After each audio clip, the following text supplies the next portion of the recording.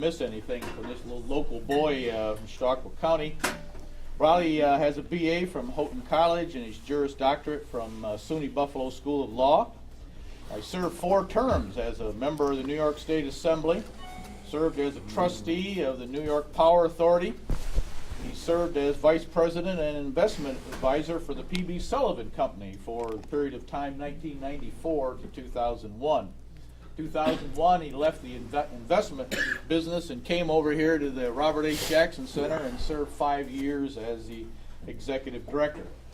And the notes tell me that he most recently, or very soon, will be completing his time as director at the National Fuel Gas. It's so finished, yeah. Done that since 2002.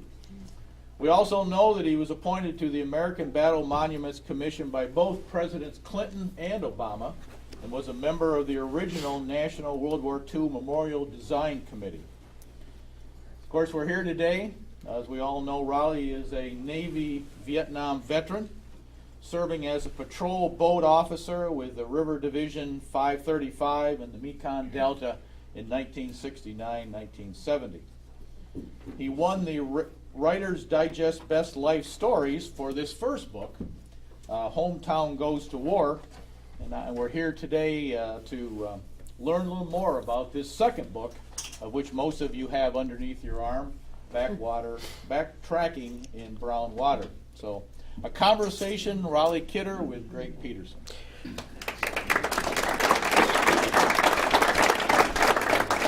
So Randy Sweeney reads this list, a mile long. Is there anything you haven't done that you would like to do?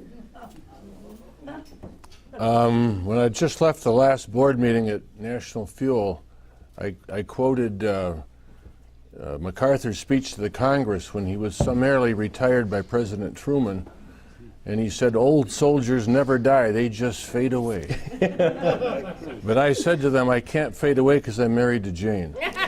So that's all I have to say on this subject. You did it. Hey, Jane. Yeah, she's back there, by the way. This book, Backtracking in Brown Water, which I read, and I read it again. Was this hard to do?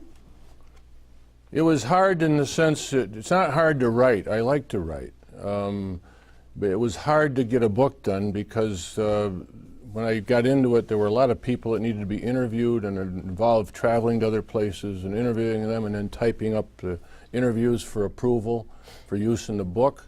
And it was a 4-year hiatus, you might say, from beginning to end. And so I'm very glad it's done. And by the way, while I have the floor, I want to thank the Community Foundation and the Jackson Center for doing this. And if you bought a book here tonight, a little bit of that money goes to the Jackson Center and the Region Foundation. And I did ask them if they were interested in it because, you know, we don't have bookstores anymore to speak of. You can buy this online and on Amazon and other places. But so the bookstore, you might say, is putting this on tonight. And I'm very pleased to be here. I have a lot of history in this place. And I want to thank Greg and Randy and the others who made this possible. In fact, Carol Drake reminded me of the last big capital improvement to this place which you had, Raleigh. And by the way, Raleigh saw most of the construction that was here, and this place was in difficult condition. But there was a project, and we had a couple extra bucks left over, and we completed a room right across from the executive's office. And so we had a big presentation. Bill Parment was here, Rod Drake, the Habitera folks were all here. And we thought we'd name something after Raleigh. And so there was this room, the bathroom there, and we simply gave him a plaque. It's, I suspect it'll be up soon. It simply says, excuse me, Kidder Shitter. So we see know, what I put up with. We know how to name these things, I'm telling you, it's special. Anyways, the book itself deals with a couple of things. One is sort of a memory tour back to Vietnam at a place you were there, and also reflections on 3 specific individuals.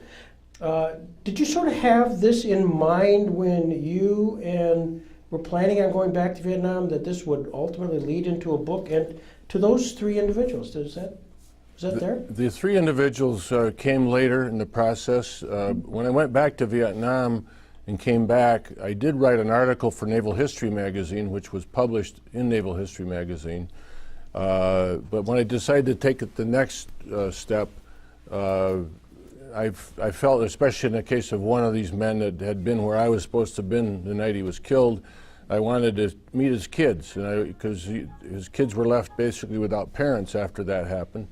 And so once I tracked them down up in Michigan, or two of his daughters, then I decided, well, there's these other two families that I knew these gentlemen, and it'd probably be fitting if I'm going to do a book to include them, not just in memory of them, but in the fact that it also describes the type of warfare going on in the Mekong Delta area in 1969 and 70. It sort of fills it out. And so it was a combination. You are quoted as saying that the life of a soldier can end in a second, but the pain of the family goes on forever. Could you kind of use that quotation and talk a little bit about the three individuals that you had, Chief Tozer, Jim Roast, and Bob Olson? Just quickly, I will. They're in the book. Chief Tozer was in the Navy on patrol boats like I was. And one night when I was supposed to be assigned to a place we called Blood Alley, because there was a lot of action there, I got reassigned at the base camp that night, and he went out and took my place, and he was killed that night. And I watched, he came in, they drove the boat in, the guy that drove the boat in put him in for the Silver Star. He received it, but I watched the chief die. I talked to him before he died. And I don't think I told him that night, but it's sort of in my heart, I said, I better try to reach out to his family, because his wife had died just like 3 months earlier in a car accident in San Diego. And so the kids were raised as orphans, then by family members, and it's not a happy story, but you know, some of the stories of war are not happy, a lot of them aren't, and the legacy of what happens is important. In the case of Bob Olson, he was an Army guy I met on patrol. He was a wild guy in a way. But I wrote a chapter on him called Warrior, because that's what he was, and he was good at it. And he made my life safer because he was so good at it. And he left a young daughter that I did not meet, but I met his widow in Phoenix. And then I wanted to visit his gravesite, so she comes up to Iowa once a year, and at Memorial Day, and I met her in Iowa at his grave. And then Jim Rost, who was a little bit younger than I was and in the Navy, he was killed one night, was not married, but had a large family, Irish Catholic family from Long Island. And I went down and met with the three of his siblings there. The fourth I met by mail. He sent in some comments he wanted to make. But so they all had family connections, and different types of family connections. But you meet people, one of the things I say in the book is, people who've been in the military, there's some here tonight who were in Vietnam, you don't have to know anybody very long, especially if you're in a combat type situation, to become friends. You're dependent on each other. And so in the last guy, Jim Ross, that I mentioned, one of the things that was interesting about my friendship with him is that he was planning on going into the Catholic priesthood and ended up not going to engineering school. I was in a Methodist seminary. I came this close to becoming a minister in the Methodist Church.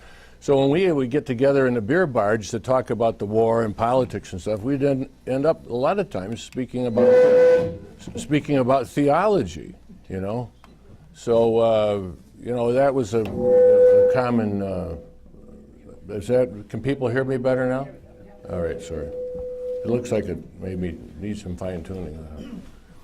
But anyway, I hope I answered your question. I can't remember what it is right now.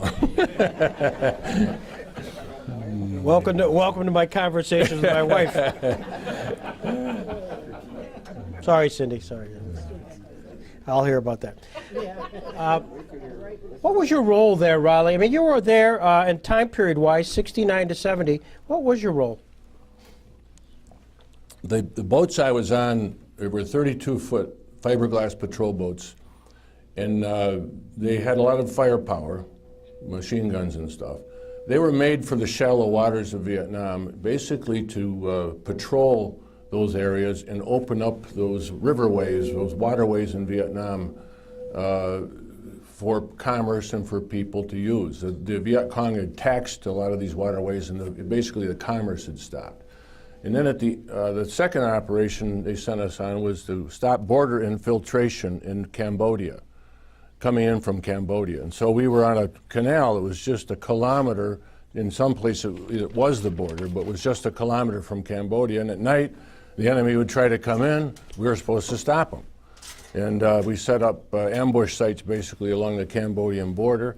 And then the last part of my tour was I was a civic action officer trying to start farming operations, if you can believe it, on Vietnamese naval bases, because we were turning the war over. And the president had said, Vietnamization, Vietnamization. We've heard this in Iraq and other places, turn it over, turn it over. So we were training the Vietnamese, and I had been a farm kid in Chautauqua County, and they found out about it. I didn't have any training in agriculture, but I ended up, they kiddingly called me the pigs and chickens commander of the Mekong Delta. But anyway, it got me off the river, probably saved my life, who knows, but it also gave me the ability to meet a lot more Vietnamese and to get to know the country better. Well, a couple of vignettes you talk about pigs and chicken. That was the Admiral Zumwalt directive, and you actually worked with a Catholic nun there, and then there's a follow-up to that story. We were, the base that I was in, Binh Tui, was near Can Tho, which is a large regional city in the Mekong Delta. And when I started to do these pigs and chickens programs, I said, it might be good to have one close by. We can actually see if we can do this. And somebody told me about Sister Anisette, who ran an orphanage in Can Tho. And I hopped in a Jeep one day and drove down and met her. And I said, well, would you like the Navy to start with you and put an operation in here? She said, oh, I'd love it. And so we got our first batch of baby chicks, a couple hundred of them, got a brooder going, got feed for them and everything else, and really put it together at this orphanage. When I went back in 2010, my friend Trung Van, whose name hasn't surfaced yet, but he was one of the officers I trained over there and is now an American, we went down to Can Tho, and he found this convent. They no longer have the orphanage. The government of Vietnam doesn't like to have religious organizations running orphanages, I guess. But the convent was still there, and the sister was very welcoming to us. And I was traveling with Gordon Johnston, a friend of mine from the UK, and she invited us in for tea. And then I asked her about Sister Anisette. She said, just a moment, Vietnam today, cell phones. She calls Pleiku. Any of you guys stationed near Pleiku? She called Pleiku. And Sister Anisette gets on the phone and she starts talking in a garble of English, Vietnamese, and French. And she'd had a stroke, I think, so she wasn't, but she kept saying Trung Huy, which is the word for lieutenant. That's what she always addressed me as. And then got on the telephone and spoke more in depth with Sister Anisette. But it was one of those old friendships I never thought I would hear. I did not visit Sister Anisette when I was over there, but we did speak by phone. You were also quoted in the book as saying your patrols, which you were talking about, as weeks of boredom and moments of terror. And then you actually have an incident dealing with a water buffalo. Anybody that was, probably this is not only true of Vietnam, I think it's probably true of combat in general. It's a lot of boring stuff goes on in the military, and all of a sudden things happen, they happen quickly. And along the Cambodian border, when it was very tense because we'd be up all night trying to see the enemy. We had starlight telescopes to magnify the light, and so we could see the enemy. And another little gizmo they had over there was some sensors that you could put on along a trail. And then you'd wear earphones. And so I was wearing the earphones one night. I was the commander, of course, of the boats there. And number one sensor started going off, beep, beep. And then beep, beep, beep, beep, beep, beep. I alerted all the guys on the boats to get ready. And when the third one went off, I said, open fire. We couldn't see anything. It was we were pitch dark. And after about 3,000 rounds, nothing. So in the morning, we walked down the trail, and there was a dead water buffalo there. So it was not a wonderfully heroic firefight, but it was typical of what happens when you're on edge and everything adds 1 and 1 adds 2 and then another adds to 3, and all of a sudden you say the guys are out there. And so Uncle Sam lost some money that night, at least on unnecessary expenditure of ammunition. How did you report that? Well, I reported it as you've read the book, haven't you? It's a leading question. I said to myself I had to write up the report of the action the next morning, and I put down 2 Victor Charlie, VC, Victor Viet Cong, Kilo India Alpha, killed in action, parentheses, probable. Now, I'd seen this on all kinds of action reports. If you weren't sure, you put probable down. We didn't find any bodies when we did our search the next morning, but I put that in because I didn't want any blowback from the Navy. I had enough problems without somebody from Saigon coming jumping all over me for expending 3,000 rounds of ammunition, so life went on, But I never trusted body count reports, and that was one of the reasons. Once I've experienced doing it myself, I said, there's probably a lot of that goes on, As mentioned, you said there were weeks of boredom. I know that you on a ship cannot have alcohol, but there was a unique formula that you Navy were able to figure out. Could you explain that? If you've ever been in the Navy, and there's some Navy men here, I guess John Watson, there's others, or Watkins, you're not allowed to have beer or booze in the Navy. The British are more enlightened. They have spliced the main brace and they get the brandy out pretty regularly, but not in the U.S. Navy. Except you could keep it under lock and key, and then if you got to a place where you could play softball on the beach, they put the motor whaleboat off the ship, you go into the beach, bring a cold beer along and have a nice beach party. What happened up on the Cambodian border is that we had a huge barge that was air conditioned. It had officers' country, enlisted men's quarters, food, air conditioned. You could get a fresh uniform. It felt great. Get a shower. And somebody came up with the idea that although it was illegal to have beer on the barge, the big barge, if somebody else tied up a barge next to the big barge, and the Navy did not own that barge, it was okay. So the men got together, put a few bucks together, somebody bought a barge, we brought it up, tied it up next to the YRBM 20, and every night at 6 o'clock they'd say beer call, and everybody would flow off the barge, the ship of the Navy onto this little thing that had a little hooch on it, we used to call it, had an air conditioner in it and a freezer full of beer, or a fridge full of beer. So we had a lot of great discussions there. It was a great time to get to know people, and there was a lot of intermixing of enlisted and officers in a situation like that as there was on patrol, so that was good. Did you, during those time periods where there was this interaction among the various officers, did you talk about the policy of the war at all? Was that a conversation? You're in the middle of it. You're in Vietnam, and you get various directives from on high. Do you kind of talk about it? My experience is that people in the reserves, like I was, reserve officers, would talk about it. If you were an Annapolis guy, probably not, because you were thinking of staying in the Navy, maybe, and you didn't want to get in too much. Well, we'd sit around, the fellows that had gone in because there'd been a draft and we were college material and we'd gotten our commissions, would often sit around and critique the war, and especially on the YRBM 20 up along the Cambodian border, because it was a hot area for the Navy, and a lot of reporters came through. A reporter by the name of Jay Sharbut, who was the first guy at Hamburger Hill, and I think named it Hamburger Hill, came through. And Horst Foss, who got the Pulitzer for some of his photography in Vietnam, came through. And some references I put in the book are to these times when these fellows would come through from Saigon, the press. And we'd sit around the table just like down here where Dan is, and we'd say, well, what do you think of the war? And the guy'd say, well, I've been here 10 years, and I remember when Horst Foss said, Raleigh, you guys are having some impact stopping the infiltration right now, but you're not going to have any impact on the outcome of the war. And I said, well, why is that? Because the Vietnamese don't believe in what you're doing, and when you leave, they're not going to do it. And that's exactly, of course, what happened. we left, and they stopped this board interdiction stuff that we were doing. But I learned a lot from the press and from the people that came through on that, covering the war. And it was a strange war in that way. You know, in World War II, the people I've interviewed, they had censorship. You didn't have the right to talk about anything in World War II or send anything home about it. But in Vietnam, it was on the 6 o'clock news. There in Vietnam, we had news too, you know, and you had it back home every night.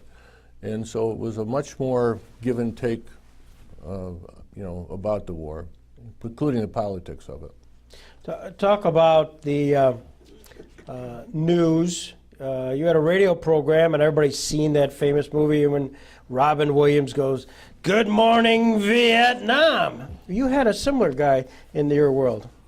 Armed Forces Radio out of Saigon was broadcast throughout the country. You could, and no matter what part of the country you're in, you guys got it wherever you were, right? You could listen to this stuff. And there was a guy in the morning, at least in the Mekong Delta, and he ran a detective spoof vignette called Chicken Man. And it was this thing about, you know, it was a BS about somebody that investigated somebody and found out something wrong, and it got turned in, and it was a detective figured it out finally, you know. And then at the end of it, they'd go, Chicken Man, he's everywhere, he's everywhere. You know, and all the guys thought this was a hoot, you know. Well, we had radios over there were encrypted. They were encryption devices so that the enemy couldn't understand what we were saying when we talked on the radio. But one morning, one of the boat captains, listed guy, senior petty officer, but I don't know who it was in our outfit. He took the microphone from the boat encrypted radio and put it in front of the AM radio coming out of Saigon. And when Chicken Man started, Chicken Man, he's everywhere, he keyed the mic. And all of a sudden, instead of calling in artillery and aircraft, here's Chicken Man coming over they went nuts up in Saigon. And, but we had a good laugh about it, because it was life, you know. I mean, life went on, and everybody had survived the night. Nobody had had a fight that night, and it was a good thing. I mean, I laughed myself. I said, this is good. Probably why I didn't stay in the Navy. Maybe the Navy wouldn't have had me either. I don't know. Well, we'll talk about broadcasting. You actually captured some radio sounds of there, and maybe we can, while Jim goes to cue it up, we'll tell one vignette, and that is you were R&Ring on a hammock one day, and then all of a sudden you probably came the closest you came to meeting your maker. I wasn't R&Ring exactly. We were on patrol every night when we were out, and the night gets long, and so the way we would rotate some sleeping, because otherwise you just couldn't stay awake. And I had taken my time on watch, and I was laying on a canopy cover of a PBR, which was sort of like it was really to keep the sun off, but it worked the other way as a hammock. And so I was laying down there sleeping. All of a sudden I got woke up by a rocket tumbling right over the top of the boat. It detonated on the far shore. The guy just missed. I mean, but the rest of that night I didn't go to sleep. Guess not. But that's what I mean by moments of terror. I mean, you know it's real, and it's not a game. And but we can listen to some of this, Greg. Yeah. But I don't want to bore people too much with. Maybe people have a couple of questions, and then they probably want to go out and have dinner someplace. Huh? I'm not trying to rush you out of here, but I'm gonna sell some more books. Yeah, right here. Wait, well, Jim, are you ready, Jim? It should be coming up. Go ahead. Well, we used to get rocket attacks on base camp at 4 o'clock in the morning. We were supposed to run to the bunker, and I just took my time as just a kid then. If that happened today, I'd be going 100 miles an hour. But I thought, I have to get out at 4 o'clock. Yeah. We're going to listen to this for a second. Where these Navy strike aircraft and the call sign Black Pony were flying. From the tape, you can hear brass falling on the deck of the PBR as the machine guns are fired. Tracers from PBR machine guns were often used to support airstrikes by marking the location of enemy positions. The sound of the twin-engine OB-10s can be heard as they fly low over the boat on their strafing runs toward the target.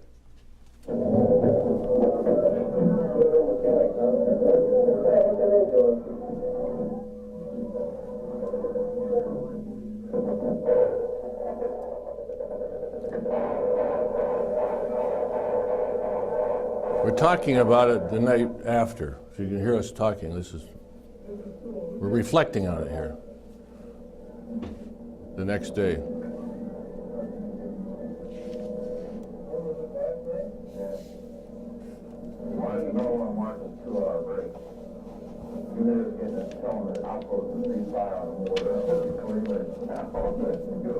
The outpost has been firing, and the aircraft were coming in. We were trying to get them to stop their firing.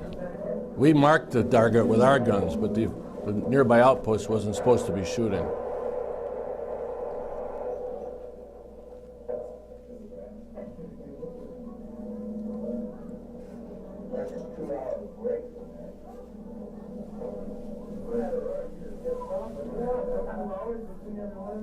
The boat is beached facing Cambodia, and these aircraft are going to come in over us, shooting towards Cambodia, where the enemy's located. And you can hear at the end of this little bit, you'll hear the sound of the engines of these OV-10 Broncos.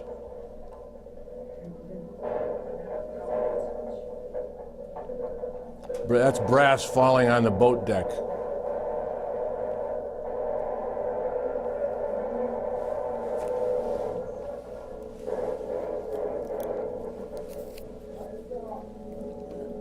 Here comes the Broncos. Their call sign was Black Pony, John.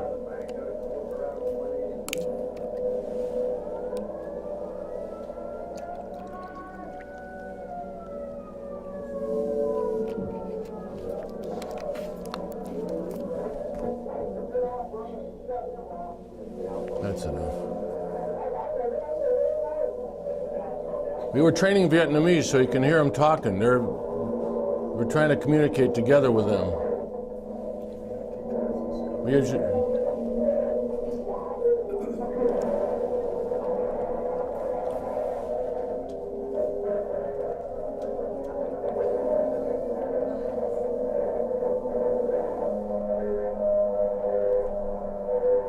this is all in the middle of the night, you know. That's enough, that's enough. It sounds like the water buffalo there. But Navy, the Naval Air guys would appreciate these little things. You sent that tape recording. It found an afterlife and sort of changed the career of your buddy Mike Conley, who's mentioned in the book. Yes, by the way, on page 130 in this book, there's a barcode. You take your smartphone, scan over it, you can hear this. It comes out of off the internet. Mike Conley was our commander, and I taped this, and I took it back up to that YRBM on the big river where we had the beer barge and we'd go back to for supplies and stuff. And Conley somebody got a copy of it, and an admiral got a copy of the copy. And he called this guy he thought he was going to be dressed down. What are you doing? But Conley, on the second part of this tape, does a wonderful job coordinating this firefight. And finally the admiral said, "It was great," he said. Conley said, Vietnam, he got 4 stripes, became an 05? I can't remember. But anyway, he stayed for a career in the Navy. And he now lives in Lynchburg, Virginia. And when I interviewed him about the book and what he wanted to say, he said, "Let's meet at the Mekong restaurant in Richmond, Virginia." And I was visiting our daughter in Washington, and he drove up from Lynchburg, and I drove down from Washington, and we met at the Mekong restaurant, and had a wonderful 2-3 hour luncheon that I recorded, and then I had to type it up, of course, and send it back to him, and just make sure I said the right things that he had said. So. Well, what did you have at luncheon? No, you didn't mention. What did you eat? We had Vietnamese food, cha ya, Nook Mam, stuff like I that. never ate Vietnamese food. I didn't dare to. You missed out on some of that. I loved the stuff. You did when you were in country? Yeah. Okay. Well, we'd mix it up with sea rations usually. We'd take Spam and stuff like that, and then we'd cut scallions and put them in there. And yes? We're talking 44, 45 years ago, I guess. Raleigh, what was the technology like in terms of communications? Were the aircraft Air Force? Were they Navy? Were they Marines? How good or how poor was the communication on a day-by-day basis when you needed help or you're trying to? It was really good. I mean, it was the radio communications. Telephone, forget it. But one of the things you learn, Vietnam taught us some lessons, but sometimes you don't know if we've learned them. I mean, you can have all the technology in the world, but you still can't win it if the people you're trying to help have problems. And the South Vietnamese government had a lot of corruption, and I mentioned that in the book in a couple of instances where I encountered it.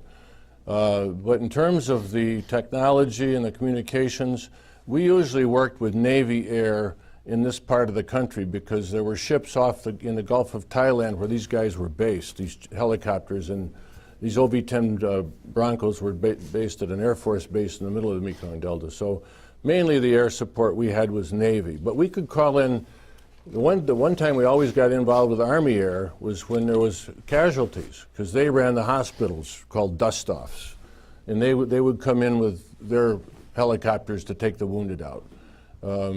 But most of our Navy stuff was Navy, but the communications were good. Riley, before we'll take some more questions, but we should talk and pause and talk about your good Vietnamese friend, too. So you could kind of tell that story in a Reader's Digest format. It means quick. You get it. Did I say that? Trung Van, I trained him on these boats, and we became good friends. And before I left Vietnam, he'd taken me to have dinner with his parents in Saigon. In 1975, Jane can remember this, we got a phone call, we're getting ready to go to bed at night, and it was a Church World Service person. She said, I think this is for you. I picked up the phone. They were calling from Indiantown Gap, Pennsylvania. They said, we are a refugee center. Do you know a Trung Van? I said, yes, I do. He said, he'd like to speak with you. Can we arrange a time tomorrow? Tu was with his family, had escaped that night. He went back to his base, and the Navy guys that were fighting in the Mekong Delta, the Vietnamese Navy people, did not realize the war was over. The Army people that were running the war, the South Vietnamese Army, hadn't told them anything. And their commander called in and said, we just were notified that in 3 hours we're surrendering to the North Vietnamese in Saigon, and we don't think it'll be good, especially for officers, to stay in this country. And so we're going to take off in small boats, and we have a couple destroyers in the South China Sea. Tu got his family, went there, finally got to Indiantown Gap, Pennsylvania, and this town, here's to Jamestown, First Presbyterian Church sponsored he and his family. They came here. The General Hospital, which was still around then, he got a night watchman's job at the General Hospital. He went back and got his 2-year degree at JCC. The weather was tough, though. And he, remember 77? Yeah, we remember that. We had it again this year. He went down and got his last 2 years of education in Jacksonville, and he's now retired from having a 25-year career at Shell Oil and lives in Dallas. But he was back visiting his mom and arranged this trip for me to go back in 2010. And it's a wonderful story of a friendship made in never having thought it would go much more than a year there in Vietnam. It ended up being a lifelong friendship. Would you do the book again? If I could do it in 2 years instead of 4, maybe. I don't know how to answer that.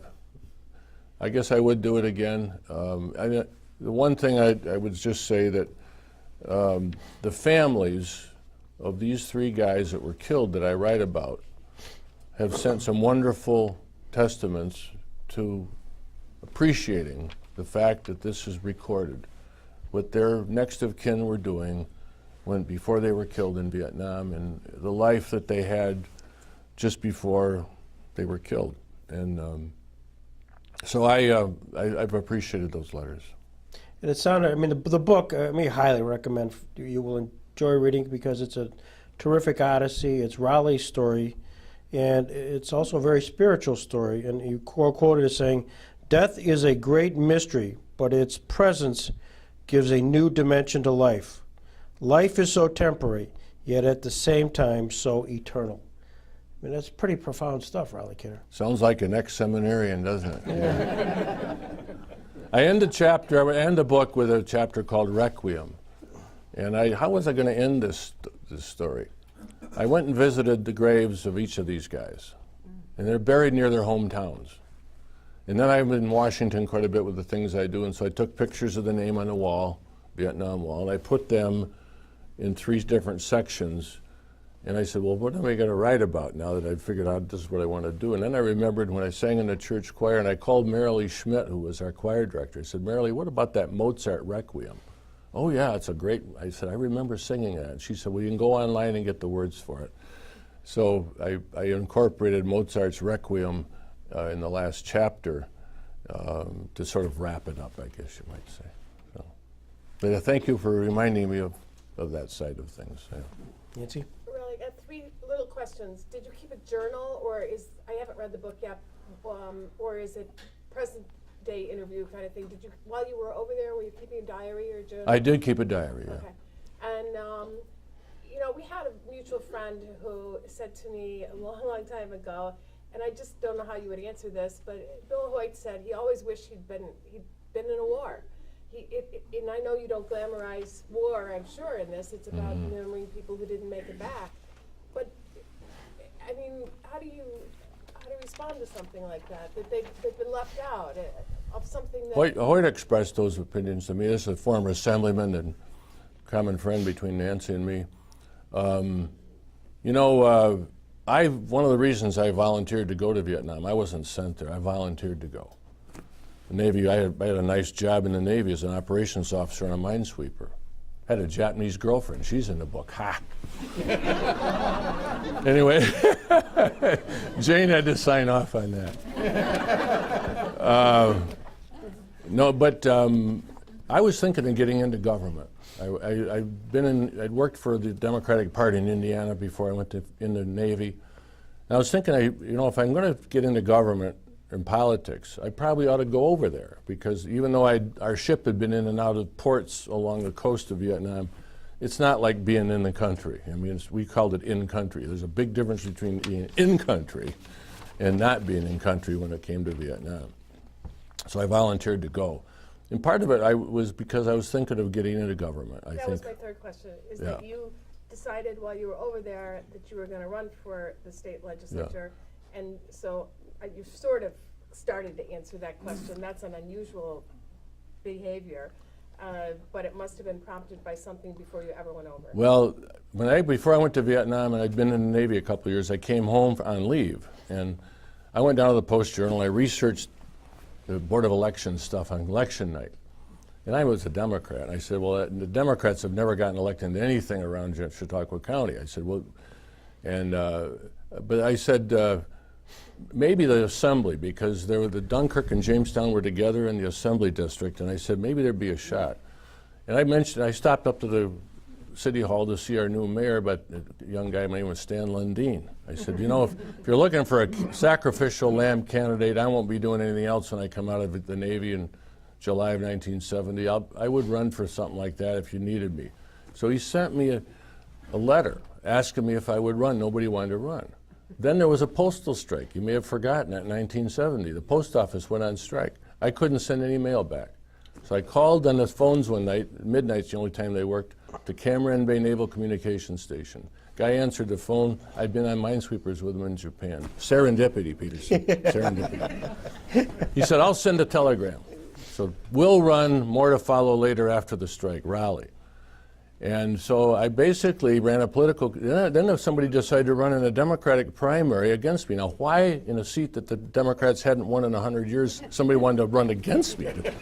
For the opportunity to be defeated was amazing to me. But anyway, guy did. So I got the registration books from Mayville, hopped on a plane for a long weekend at an Air Force base nearby, and flew up to Hong Kong, and a missionary buddy of mine and I got a Chinese printer. They printed up some letters to the folks back home in Jamestown. And the return address was River Patrol Flotilla 5, Fleet Post Office, San Francisco. And I'm sure when people got that letter into me, I had to hand address them. But I had a letter from a Navy lawyer that said I could do it, which was good because you know how things are in politics. Somebody would accuse me of abusing the Free Frank. And later on in the campaign, somebody did, but I had the letter that I could do it. And so in the primary, I crushed the guy. If I was in Vietnam, 4-1. Now the general election, we don't want to talk about that. The Republicans prevailed in their usual strong and sound way here in Chautauqua County, but it gave me an opportunity to to get involved in politics. And then 3 years later, when I was coming out of law school, Stan Lundin wanted me to run again for the Assembly, and at that time I lucked out and was elected and served 4 terms, and you know the rest. But yeah, it was interesting running a political campaign from Vietnam. And by the way, the Republicans, though, helped me on that campaign. Now, this is not in the book, but I got to give them some credit. I read in the Stars and Stripes magazine, there was a guy running for the state legislature in Nebraska. And he was only 20 miles from me in the Mekong Delta. So I borrowed a Jeep one day and I drove down to see this guy. I said, how do you run a political campaign? He said, combat zone free mail. But he said, you better check it out with the Navy. He says, the Army tried to stop me, but I've sent out 7 mailings. Well, I will say this, I only sent out 1, but it was this Republican by the name of John DeCamp from Nebraska who advised me that it was legal and that he had done it, and to me it was, I had to do something, so there it was. All right, Jane's cutting me off. Well, now we're going to draw a closure. Buy the book. You'll see the letter. Also, just one last question. 33. What did 33 mean to Raleigh Kidder? Well, now it's called 333 beer. If you go to Vietnam today, their local beer is 333. But back in those days, it was just 2 3s. And every Vietnam vet and Jeep, Navy guy anyway, and I imagine you Army guys, ba mui ba. When you went into a bar and you didn't know how to say the word beer, you'd say ba mui ba. And out would come a 33 beer, and it's a great beer.